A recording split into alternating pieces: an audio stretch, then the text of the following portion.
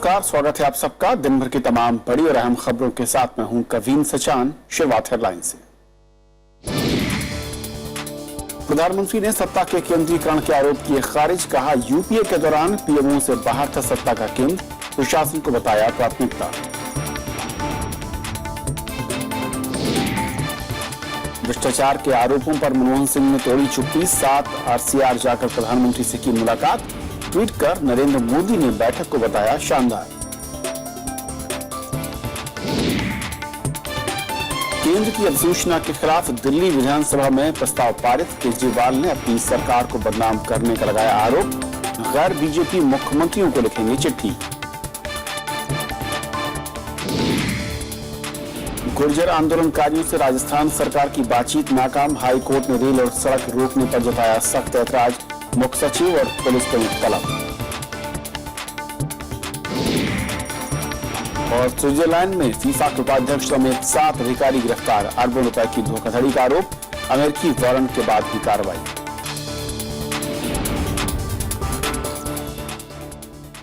और ये देखते हैं हमारी आज की पहली खबर।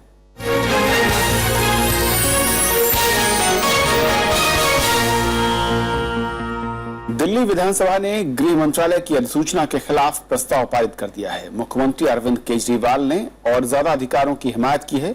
केजरीवाल ने आरोप लगाया है कि केंद्र सरकार और उपराज्यपाल उनके कार्यक्षेत्र में राजनीतिक दखलंदाजी कर रहे हैं। जगदीश जी, तमाशा नहीं है। दिल्ली विधानसभा के विशेष सत्र के दूसरे दिन ज्यादा अधिकारियों की मांग के साथ विधानसभा ने केंद्र सरकार की अधिसूचना के खिलाफ प्रस्ताव पारित कर दिया। इतना ही नहीं, सूबे के मुख्यमंत्री अरविंद केजरीवाल ने केंद्र पर आरोप लगाया कि वो दिल्ली सरकार को नाकाम करने की कोशिश कर रहे हैं। मैं एलजी साहब से इतनी बार मिलता हूँ, एलजी साहब ने एक बार मेरे से ये नहीं पूछा अरविंद दिल्ली में बिजली का क्या हाल है। सबको बिजली मिल रही है, सबको रोटी मिल रही है, सबको पानी मिल रहा है, सबको सड़क ठीक ठाक। ट्रांसफर पोस्टिंग में बड़ा इंटरेस्ट है सबका। कुछ तो गड़बड़ है सर। हालांकि बीजेपी ने चर्चा के दौरान वॉकआउट कर विरोध जताया। और सरकार की एजेंसी और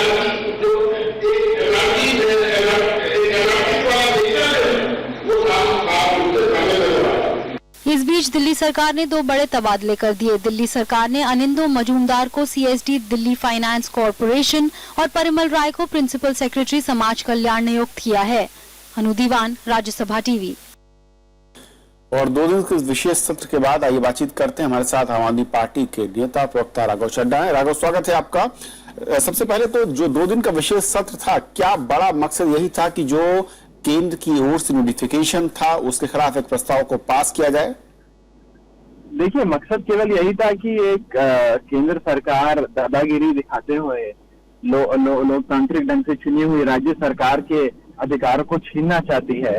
तो उसके ऊपर जो तमाम जनता के प्रतिनिधि चुनकर आए हैं उनसे चर्चा करी जाए और उनका पक्ष जाना जाए कि वे इस बारे में क्या सोचते हैं, उनका क्या कहना है। और जैसा कि एक प्राइवेट मेंबर ने रेजोल्यूशन भी मूव करा, रेजोल्यूशन पास हुआ। ये केवल इस विधानसभा का यूनानिमस रेजोल्यूशन ही नहीं है, तमाम बड़े बड़े कॉन्स्टिट्यूशनल एक्सपर्ट, जाने माने वकील, सबका यही रेजोल्यूशन है कि भारतीय जनता पार्टी की सरकार, केंद्र में बैठे मंत्री दिल्ली की सरकार पे अपना कब्जा जताना चाहते हैं और उसके अधिकार क्षेत्र को कम करने की प्रयास कर रहे हैं लगातार। तो क्या इस विशेष सत्र के बाद और जो आप लोगों ने प्रस्ताव पास किया है, अधिकारों की ये लड़ाई है, क्या ये थमेगी? अधिकारों को लेकर जो आपकी मांग थी, क्या उसे लगता है कि केंद्र सरकार उनमें कुछ संशोधन कर सकती है? देखिए, अब ये तो केंद्र सरकार को तय करना है कि वे एक लोकतांत्रिक ढंग से चुनी हुई सरकार और एक विधानसभा के यूनानिमस रेजोल्यूशन को दरकिनार करके एक गैर संवैधानिक ऑर्डर को आगे ले जाना चाहते हैं, या वे अपनी गलती मान चुके हैं, वे अपनी गलती मान जाएं। अभी भी कुछ बहुत नहीं बिगड़ा है। प्रधानमंत्री जी बात करते हैं कोऑपरेटिव फेडरलिज्म की, हम भी कोऑपरेटिव फेडरलिज्म का समर्थन करते हैं। उसी के चलते किसी भी राज्य सरकार के अधिकार क्षेत्र को ऐसे कम करने की कोशिश कर रहे हैं, अपने अफसरों को बिठाना, भ्रष्टाचार निरोधक जो संस्था है उस पर कब्जा करना, वहां अपने लोग डालना, उसका अधिकार क्षेत्र कम करना, ये किसी भी प्रधानमंत्री को या केंद्र के मंत्री को शोभा नहीं देता। और नरेंद्र मोदी जी इतने बड़ी मैंडेट से आए हैं, हम उनका स्वागत करते हैं, परंतु इस प्रकार की अगर राजनीति होगी तो दिल्ली की जनता विरोध करेगी। अब सवाल ये राघव कि टकराव खत्म कैसे होगा?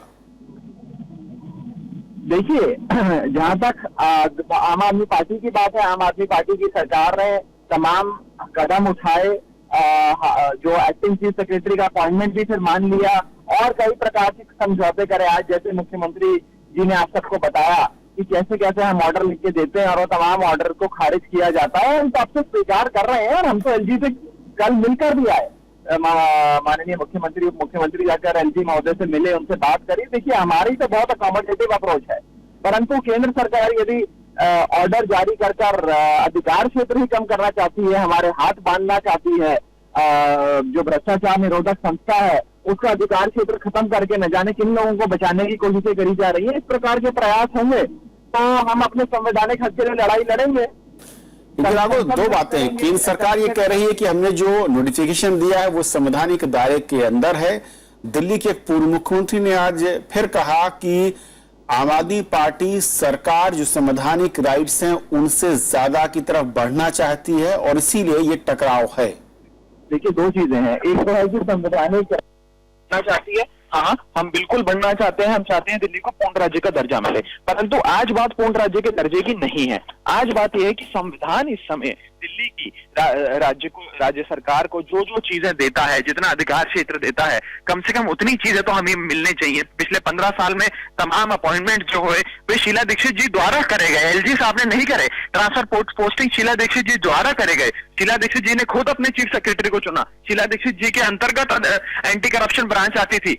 यदि इस प्रकार से इन सब चीजों को छीन के अपनी 30 एमएलए के जरिए भारतीय जनता पार्टी अगर दिल्ली की सरकार चलाना चाहती है तो इसका पूरी दिल्ली की जनता भी विरोध करेगी और उनके चुने हुए प्रतिनिधि भी करेंगे, असेंबली में भी करेंगे, पार्लियामेंट में भी करेंगे और सड़कों पे भी करेंगे। एक राघव, आखिरी सवाल, क्योंकि विधानसभा का सत्र आप लोगों ने बुलाया, 2 दिन का सत्र रहा, प्रस्ताव भी पारित किया।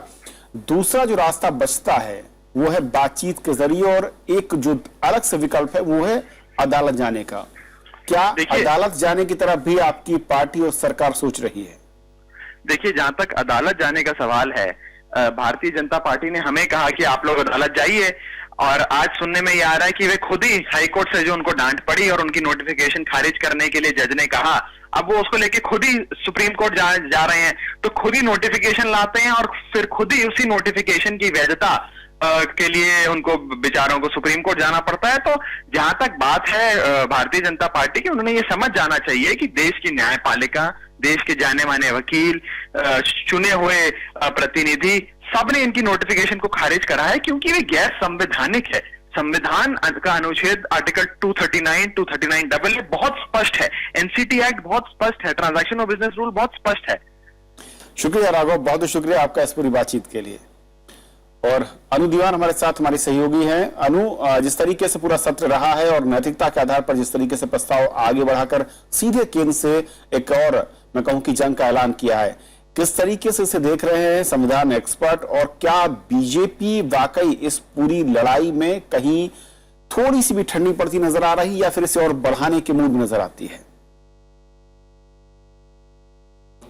जी कविंद्र, कहीं ना कहीं अब ये तो साफ हो गया कि दिल्ली सरकार अपने अधिकारों की जंग जो उसने शुरू की है उससे पीछे नहीं हटने वाली। ये प्रस्ताव दिल्ली सरकार ने विधानसभा में पास तो कर दिया, लेकिन अब इसी को उपराज्यपाल के पास भेजेगी और ये उपराज्यपाल के जरिए ही दिल्ली सरकार के पास आया। दरअसल ये पूरा नोटिफिकेशन जो था केंद्र सरकार की तरफ से दिल्ली सरकार को एक क्लैरिफिकेशन था कि आपके अधिकार कहाँ तक सीमित है, लेकिन दिल्ली सरकार ने जिस तरह मांग की थी कि सर्विसेज का मामला हो, चाहे लैंड एंड ऑर्डर हो और एसीबी का मामला, उसमें दिल्ली सरकार को अधिकार हो कि वो ट्रांसफर पोस्टिंग या तबादले इस तरह के चीजों में अपना हस्तक्षेप कर सके। लेकिन इस अधिसूचना के बाद भी दिल्ली सरकार ने बिना डरे कल से लेकर अब तक कम से कम 18 तबादले किए हैं, वो भी उपराज्यपाल के नोटिफिकेशन के बिना। तो इससे ये जाहिर होता है कि दिल्ली सरकार इस सब चीजों से पीछे नहीं हटने वाली, इस जंग को कहीं ना कहीं आगे जारी रखेगी, चाहे वो बिना उनके ऑर्डर को फॉलो किया हो या फिर अदालत की तरफ उनका रुख हो। शुक्रिया अनु, इस अपडेट के लिए बहुत शुक्रिया आपका। ये थी हमारी पहली खबर। छोटा सा ब्रेक लेंगे, ब्रेक के उस पार दिन भर की दूसरी बड़ी खबरें होंगी।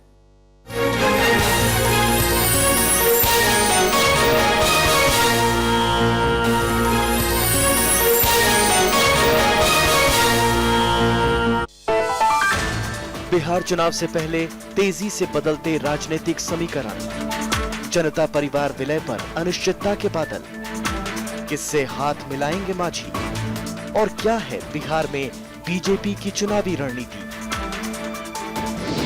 देखिए देश देशांतर बिहार के चुनावी समीकरण आज रात 8:30 बजे। 1 year of the Narendra Modi-led NDA government. Foreign policy victories and economy revival efforts at home. The poor versus industry tilt debate. And a bittersweet relationship with the opposition. It's been a year of controversies galore alongside the big question. Has this government lived up to expectations? Watch wide-ranging coverage on 1 year of the NDA government. Special programs and interviews, the gamut of issues over the last year and ahead on Rajya Sabha Television.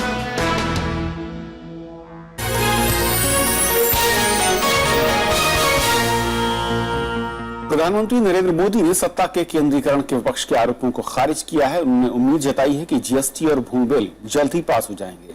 समाचार agency PTI को दिए interview में उन्होंने कहा कि भूमि bill पर गरीब और किसानों की भलाई के लिए उनकी सरकार किसी भी सुझाव को मानने के लिए तैयार है। पीटीआई को दिए इंटरव्यू में प्रधानमंत्री नरेंद्र मोदी ने सुशासन और जनता की भलाई सरकार की प्राथमिकता बताया। भूमि बिल और जीएसटी पर प्रधानमंत्री ने कहा कि दोनों बिलों को जल्द ही पास कराया जाएगा। उन्होंने कहा कि वो गांव, गरीब और किसान की भलाई के लिए किसी भी सुझाव को मानने के लिए तैयार हैं।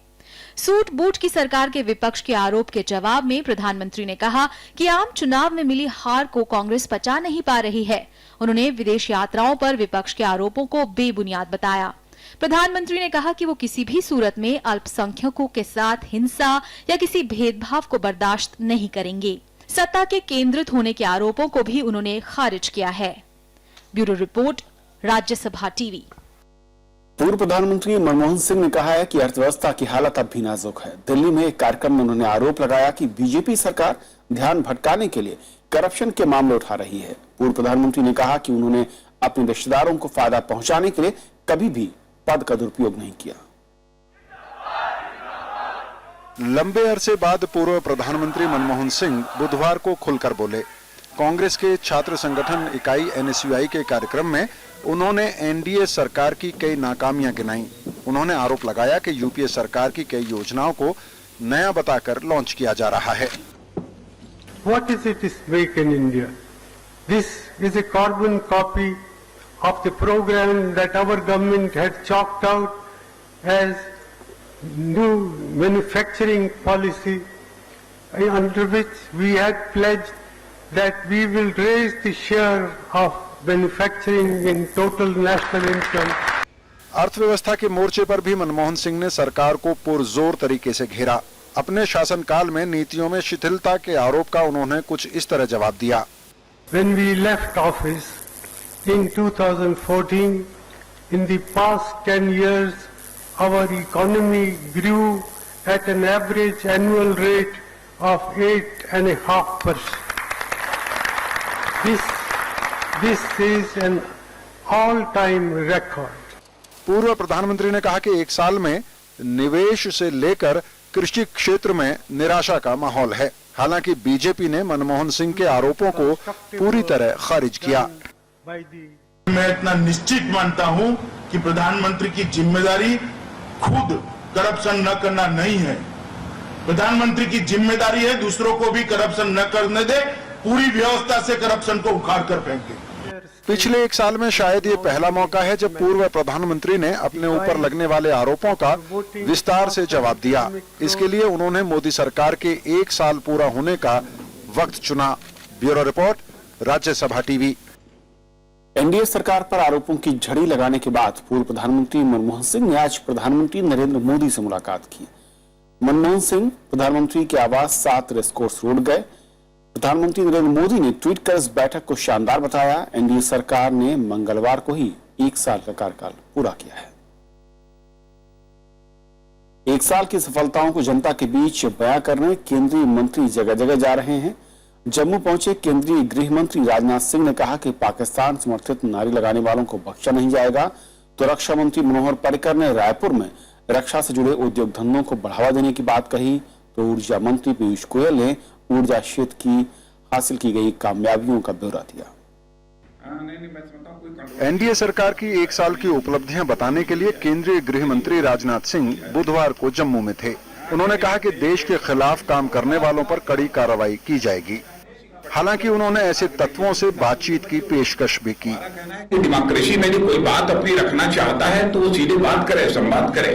जिसको जो बात करनी हो पहले हमारी स्टेट गवर्नमेंट है बात करें, जहाँ सेंटर की जरूरत होगी हम सेंटर बात करेंगे।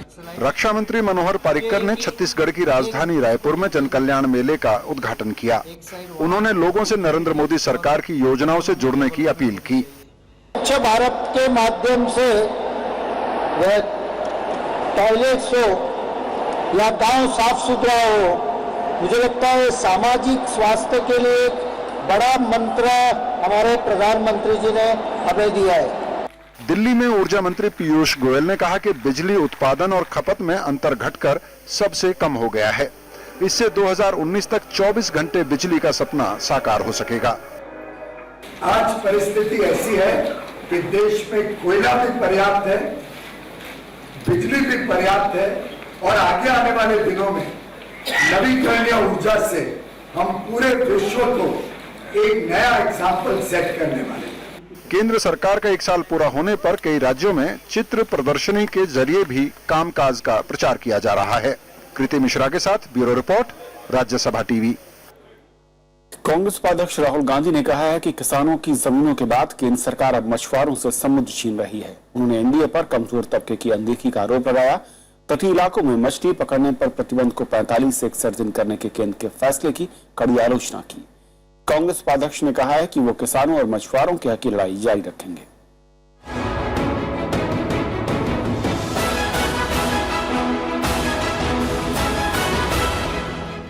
राहुल गांधी बुधवार को केरल के तटीय इलाकों में मछुआरों का दर्द बांटने पहुंचे। त्रिशूर जिले के चवाकड़ इलाके में लोगों ने उनका कुछ इस अंदाज में स्वागत किया। मछुआरों की बस्तियों में कांग्रेस उपाध्यक्ष ने उनकी समस्याएं गौर से सुनी। राहुल गांधी ने मछुआरों पर अप्रैल से मई के बीच हर साल लगाए जाने वाले प्रतिबंध की अवधि बढ़ाने के केंद्र के फैसले को दुर्भाग्यपूर्ण बताया। उन्होंने कहा कि केंद्र सरकार किसानों और मछुआरों से उनका हक छीनने में लगी है। That they are taking land away from farmers, they are also trying to take the sea away from fishermen. For the people who live near the sea is like a mother. They are taking your mother and giving the mother away to somebody else. मछुआरों की परेशानियां समझने के बाद कांग्रेस उपाध्यक्ष रबड़ किसानों की परेशानियां पूछने एर्नाकुलम जिले के अलुवा पहुंचे। इन दिनों राहुल गांधी देश के अलग अलग इलाकों का दौरा कर किसानों समेत अलग अलग तबकों के मुद्दे जोर शोर से उठा रहे हैं। यहीं पंडित जवाहरलाल नेहरू की पुण्यतिथि पर एक कार्यक्रम में उन्होंने श्रद्धांजलि भी दी। Bureau report, Rajya Sabha TV. Jaipur में राजस्थान सरकार और गुर्जर आरक्षण आंदोलन समिति के प्रतिनिधियों के बीच आज शाम हुई बातचीत बेनतीजा रही। इससे पहले दोनों पक्षों के बीच 2 दौर की बातचीत हो चुकी है। उधर राजस्थान हाई कोर्ट ने पिछले कुछ दिनों से जारी गुर्जर आंदोलन पर सख्त रुख दिखाया। कोर्ट ने राज्य सरकार की खिंचाई करते हुए राज्य के मुख्य सचिव को तलब कर गुरुवार तक मामले की जानकारी मांगी और अब तक उठाए गए कदमों का ब्यौरा देने को भी कहा। साथ ही हाईवे से आंदोलनकारियों को हटाने का भी आदेश दिया। कोर्ट ने डिविजनल रेलवे मैनेजर को भी तलब किया था। दोनों पक्ष नतीजे पर पहुंचना चाहते हैं। सरकार के विकल्प खुले हैं और कल की वार्ता के बाद हम निर्णय की ओर पहुंचेंगे। अभी हमारी वार्ता अधूरी है। नहीं, सरकार का कोई फार्मूला नहीं था। हमारा 50% के अंदर की मांग है, उस मांग पे सरकार का कोई फार्मूला नहीं है। ये कल बैठने की दोबारा कह रहे हैं। देश भर में लू का कहर जारी है और अब तक भीषण गर्मी से 1242 से ज्यादा लोगों की मौत हो चुकी है। आंध्र प्रदेश और तेलंगाना में सबसे ज्यादा 1192 जाने गई हैं। मौसम विभाग ने अगले 2 दिनों में मानसून के केरल तट पर पहुंचने की उम्मीद जताई है। दिल्ली समेत देश के कई इलाकों में इस समय पारा 45 डिग्री के पार चल रहा है। बुधवार को उत्तर प्रदेश के इलाहाबाद में तापमान 46.4 डिग्री सेल्सियस दर्ज किया गया। झारखंड के डाल्टनगंज में सबसे ज्यादा तापमान 46.6 डिग्री सेल्सियस दर्ज किया गया। लू से लोगों का घर से निकलना मुश्किल हो गया है। गर्मी से बचने के लिए लोग घरेलू नुस्खे आजमा रहे हैं। गर्मी बहुत ज़्यादा पड़ रही है और डीटीसी बस का ड्राइवर हूँ मैं। बहुत ज़्यादा मतलब इस टाइम तो हमको एसी बसें मिलें तो काफ़ी अच्छा होता है उसमें। आजकल गर्मी जैसा कि आप जानते हैं बहुत ज़्यादा पड़ रही है, लेकिन गर्मी से बचने के उपाय भी हैं। एक तो जब भी आप बाहर निकलें घर से अच्छे से खूब सारा 2-3 गिलास पानी पी के निकलें। जब कच्ची प्याज ज़रूर खाएं, लू से बचे रहेंगे। गर्मी के बीच राहत की बात यह है कि अगले 2-3 दिनों में तापमान में गिरावट आ सकती है। साथ ही 29 या 30 मई को मानसून केरल तट पर अपनी दस्तक दे सकता है। आने वाले 2 से 3 दिन हैं, इसमें उत्तर पश्चिम भारत में भी, पूर्वी भारत में भी और आंध्रा का जो इलाका है, तेलंगाना का इलाका है, वहाँ भी बादलों के साथ थंडर शावर्स होने की चांसेस हैं। दिल्ली एनसीआर में, पंजाब, हरियाणा, पंजाब में, राजस्थान में भी डस्टॉर्म, थंडरस्टॉर्म के साथ कुछ बूंदें पड़ सकती हैं। ऐसे में 28-29 को हीट वेव में काफी कमी आ जाएगी। पिछले दिनों आंध्र प्रदेश और तेलंगाना में गर्मी का प्रकोप सबसे ज्यादा रहा। यहाँ 1000 से ज्यादा लोग लू और गर्मी से अपनी जान गंवा चुके हैं। इसके अलावा झारखंड, ओडिशा और पश्चिम बंगाल में भी भीषण गर्मी पड़ रही है। विपिन चौहान, राज्यसभा टीवी। प्रधानमंत्री नरेंद्र मोदी 6 जून को बांग्लादेश के 2 दिन के दौरे पर जाएंगे। प्रधानमंत्री के तौर पर उनकी ये पहली बांग्लादेश यात्रा है। दोनों देशों के संबंधों के लिहाज से ये बेहद महत्वपूर्ण बताई जा रही है और यात्रा के वक्त भारत और बांग्लादेश के बीच भूमि सीमा समझौते को लागू करने और साथ ही साथ तीस्ता नदी के जल बंटवारे के प्रारूप पर हस्ताक्षर होने की उम्मीद है। इसके अलावा दोनों देशों के बीच व्यापार बढ़ाने के मुद्दे पर भी समझौते हो सकते हैं। प्रधानमंत्री नरेंद्र मोदी पड़ोसी देश भूटान, नेपाल और श्रीलंका की यात्रा पहले भी कर चुके हैं और इससे पहले पूर्व प्रधानमंत्री मनमोहन सिंह सितंबर 2011 में ढाका गए थे।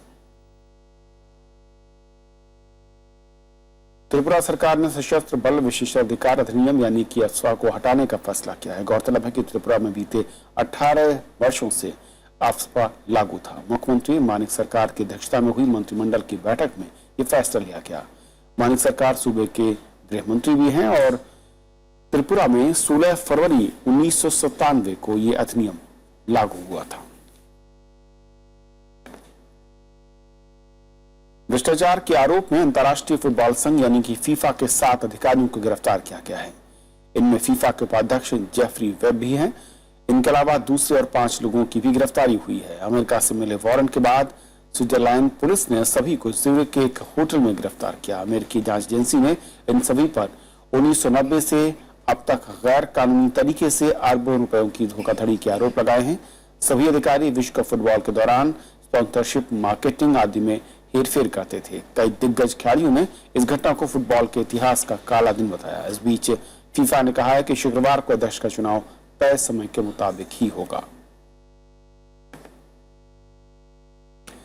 देश के पहले प्रधानमंत्री जवाहरलाल नेहरू की आज 91वीं पुण्यतिथि है और इस मौके पर देश ने उन्हें याद किया। राष्ट्रपति, उपराष्ट्रपति और प्रधानमंत्री ने उन्हें श्रद्धांजलि दी।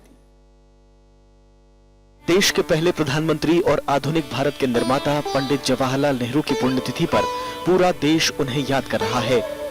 राष्ट्रपति प्रणब मुखर्जी ने पंडित नेहरू की समाधि स्थल शांति वन में जाकर उन्हें श्रद्धांजलि दी। उपराष्ट्रपति मोहम्मद हामिद अंसारी ने भी जवाहरलाल नेहरू को अपनी श्रद्धांजलि अर्पित की।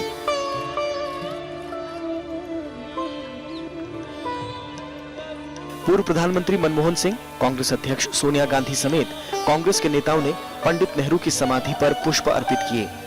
इस मौके पर भजन और सर्वधर्म प्रार्थना का आयोजन भी किया गया। प्रधानमंत्री नरेंद्र मोदी ने ट्वीट कर उन्हें स्वतंत्रता संग्राम सेनानी और देश के पहले प्रधानमंत्री के रूप में याद किया। पंडित जवाहरलाल नेहरू का जन्म 14 नवंबर 1889 को इलाहाबाद में हुआ था। उनके पिता मोतीलाल नेहरू पेशे से वकील थे। पंडित नेहरू गांधी जी से प्रभावित होकर कांग्रेस से जुड़े। उन्होंने असहयोग आंदोलन, सविनय अवज्ञा आंदोलन और भारत छोड़ो आंदोलन में हिस्सा लिया और कई बार जेल गए।